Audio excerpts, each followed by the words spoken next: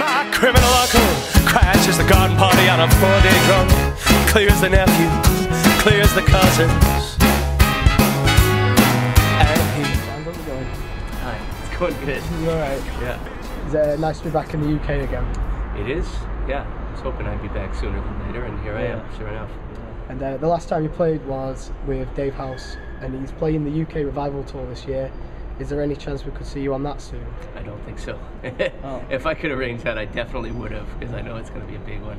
Yeah, Chuck wants to do it in the future, so yeah, get on it because we want to see you as much as possible. I would like to do it. I think it's pretty common knowledge to fans of Frank, but you know he's a massive fan of the Hold Steady. And, right. He's got that tattoo. He's got the tattoo. Yeah, exactly. Has he been acting like a proper little fanboy around you, like pestering you with questions? No, he's been quite good about it. Yeah. We have been doing one Hold Steady song in the it was really good last night, Monday night even.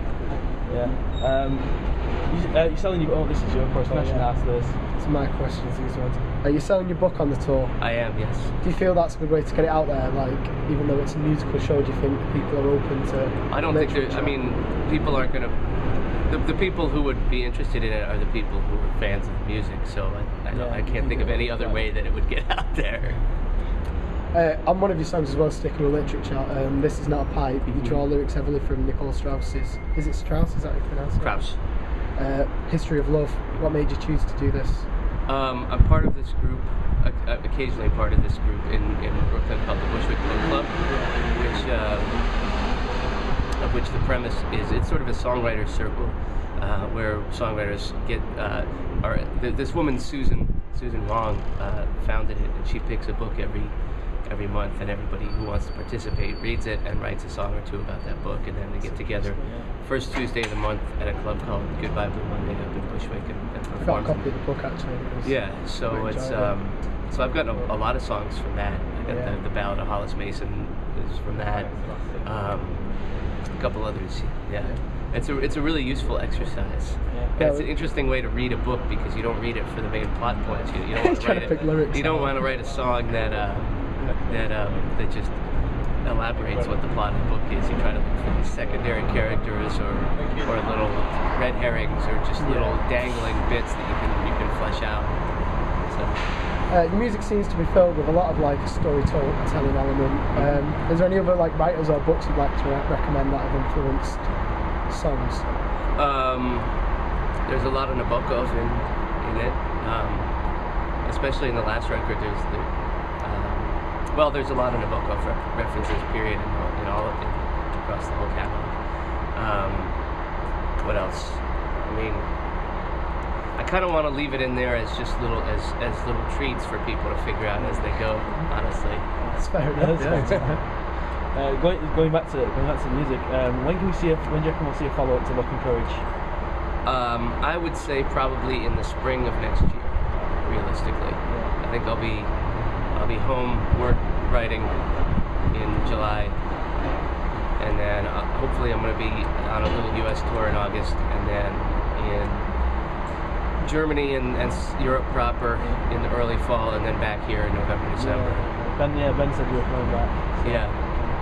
Yeah, I'm gonna do that. Book Your Own Fest up in Dundee, and then do a little tour around that. Again, this is you again. I'm not speaking again. I'm not stealing the mic. So you're a writer, a touring musician, a studio musician, and you're married. Do you find it like hard to split the focus of each one? Do you ever feel like one of them's being left out a little bit more than the others?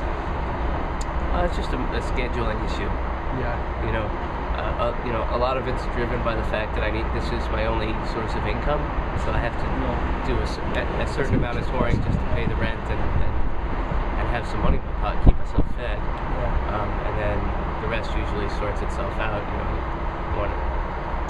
It's not that hard to map out a year's worth of work. If you want to do. If you want to try and hit everywhere in the U.S., come to England, to Europe, and make a record. There's your year. Do you feel that you've got obviously you've got kind of like a unique image? Do you feel like it complements the music? Like, would a man without like a kind of debonair dress sense like be able to pull off music with such like theatrics? I think you could, but I just think it makes it part of the whole package. Yeah. That it gets people in the right.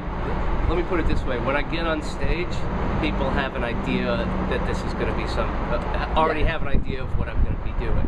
You know, so it's the suit and the microphone and the accordion and the whole thing. It's like it gets you in the right. It sets the parameters of the interaction. You know. We've got like a very, very super quick interview. It's like Facebook to interview action question. So you're a fan of old Soviet monuments? I'm a fan of bizarre looking things of any kind. That's quick though, wasn't Much it? love me. Yeah. You are a bizarre looking monument. Thank you. It's my birthday, Of some friends. kind. Finally, we've been pitching this about. We did an interview with Jeffrey from Thursday, and he kind of came up with the idea. We've been pitching it out to everyone we've interviewed. Would you be willing to put some money up to commission a Chuck Reagan fishing show? Fishing with Chuck. Yeah. Based on the John. You've seen the John Lurie thing, yeah? No. Back No, in he's the- a fish. But Back in the 90s, John Lurie, this saxophonist and filmmaker, had a short-lived show on HBO called Fishing with John, where it was literally that. He would go out with, you know, each episode would be him fishing with some other celebrity. I think Matt Dillon did, but the one I recommend is the Tom Waits episode. I think it's on YouTube. It's pretty extraordinary. it's great. Yeah. Frank actually suggested we just do it as the Chuck Reagan Manly Hour. He just like builds houses and like chops down a tree and like wrestles a bear or something. Yeah, I was listening to one of his records the other day because to be honest, I don't know his music that well, and that's exactly what I was thinking. I was like, this is man music, you know. I don't know if I'm man enough to hang around with this guy.